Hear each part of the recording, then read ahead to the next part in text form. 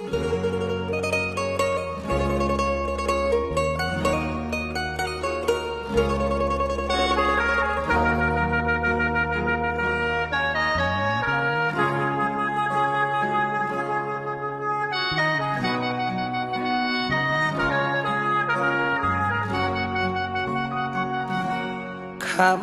สั้นๆที่ความยาวมันบทถึงนา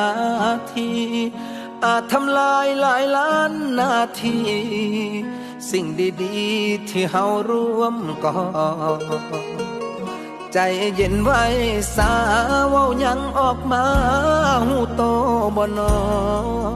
เรื่องมื้อนี้อ้ายสิบ่คิดต่อแค่อยากขอให้เห็นแก่หา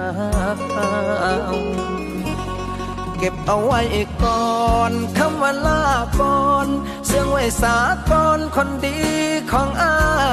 ยตะกี้แต่ก่อนฮักกันสำใด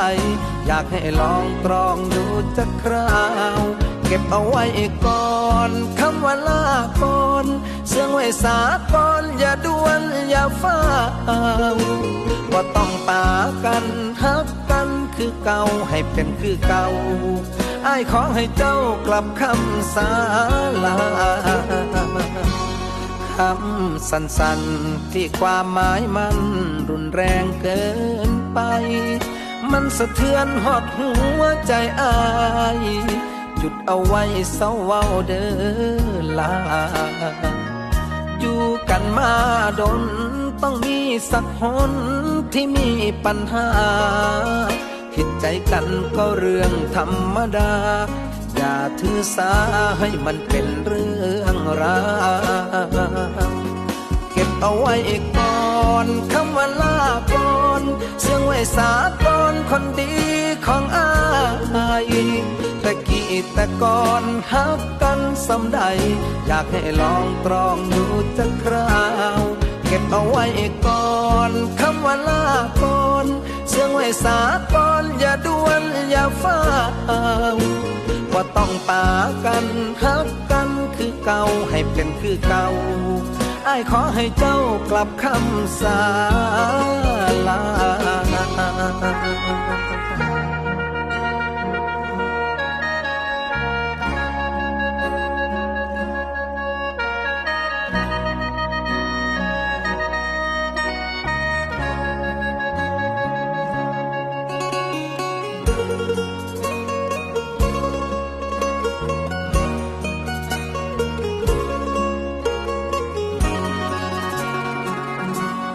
คำสั้นๆที่ความหมายมัน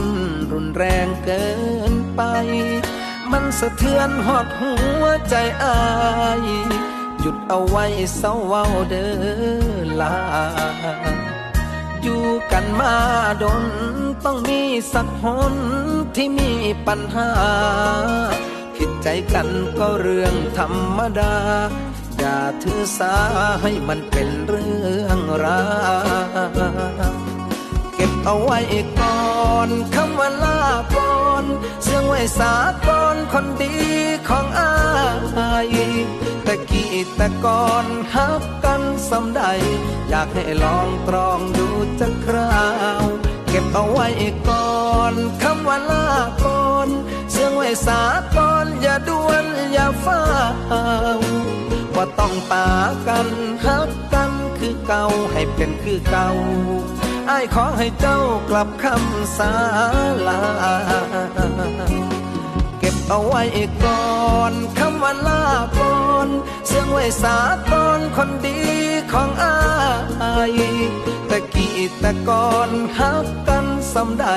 อยากให้ลองตรองดูจักคราวเก็บเอาไว้ก่อนคำว่าลาก่อนเสื่องไว้สาก่อนอย่าด่วนอย่าฟ้า